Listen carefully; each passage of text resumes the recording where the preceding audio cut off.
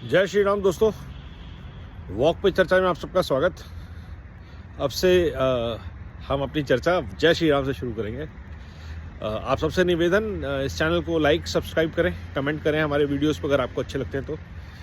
आज की वॉक की चर्चा मैं करना चाहता हूं कि भाजपा क्यों एकमात्र विकल्प निकल के आ रहा है पूरे देश में। शायद भारत की आज़ादी के इतिहास में पहली पार्टी है जिसने 3 मुख्य प्रोमिसेस में से कम 2 तो अपने पूरे कर दिए। भारत को एक कर दिया 370 हटा के, और राम मंदिर का निर्माण जो कई सालों से लटका हुआ था वो पूरा कर दिया। अब तीसरा वादा अगर पूरा कर दें, यूनिफॉर्म सिविल कोड, तो ये हैट्रिक जो है ये भारत की सीधी 400 पार की छलांग हो जाएगी। 400 पार की छलांग जब हम कह रहे हैं तो साथ में एक जनसंख्या नियंत्रण कानून भी आ जाए तो कोई हानि नहीं है। तो अगर ये 2 कानून आ जाते हैं, यूनिफॉर्म सिविल कोड, एक देश एक विधान होना बहुत ज़रूरी है। एक कानून, ऑलरेडी भारत न्याय संहिता लागू हो गई है या उसको लागू किया जा रहा है। ब्रिटिश कानूनों को हटा दिया गया है, ये एक बहुत बड़ी अचीवमेंट है। और अब अगर यूनिफॉर्म सिविल कोड आ जाता है तो धर्म के नाम पे भेदभाव जो लोगों के साथ है वो बंद हो जाएगा। क्योंकि अगर हम एक धर्म निरपेक्ष देश हैं तो धर्म के नाम पे भेदभाव होना ख़त्म होना चाहिए। हर एक को अपनी पूजा पद्धति का, अपने तरीके से जीवन शैली का पूरी छूट है। लेकिन जहाँ कानून की बात आएगी, देश में एक कानून होगा। ऐसा नहीं होगा कि अगर मुसलमान की बेटी है तो उसके ऊपर जुल्म होगा और हिंदू की बेटी है तो उसके ऊपर जुल्म नहीं होगा, या क्रिश्चियन की बेटी है तो उसके ऊपर जुल्म होगा और हिंदू की बेटी है तो उसके ऊपर जुल्म नहीं होगा। ये हटना चाहिए।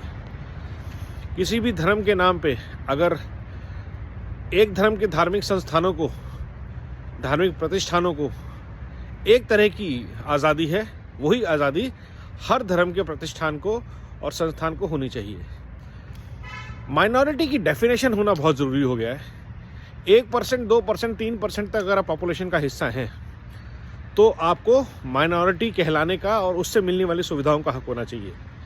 जैसे सिख हैं, शायद माइनॉरिटी में आते हैं, पारसी ज़रूर आते हैं, जैन आते हैं, और ऐसी बहुत सारी कम्युनिटी, क्रिश्चियंस और मुस्लिम्स अब माइनॉरिटी के टैग से बाहर हो जाने चाहिए।